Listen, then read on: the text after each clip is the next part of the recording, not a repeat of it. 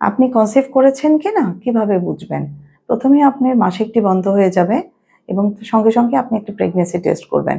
পাশাপাশি আপনার morning sickness হবে অথবা সারাদিনই আপনার একটু বমি, বমি ভাব থাকবে, স্তনে একটু পেইন থাকবে, স্তনটা একটু ভার, ভার লাগবে এবং আপনার অসম্ভব ক্লান্তি বোধ হবে। অনেকের কিছু, কিছু সময় দেখা যায় যে কিছুই খেতে পারছে না। বমি ভাবের পাশাপাশি বমি হয়ে যাচ্ছে। কেন হচ্ছে এসব? এসব হচ্ছে আমাদের শরীরে বিটা এসিজি একটা হরমোন বলে সেটা একটু রেইজ করে যায়। বিটা এসিজি যখন বাড়তে থাকে তখন এই শরীরে একটা বমি, বমি ভাবের সৃষ্টি হয় এবং প্রথমতই কিন্তু ব্রেস্টে একটা মায়ের একটা চেঞ্জ আসে।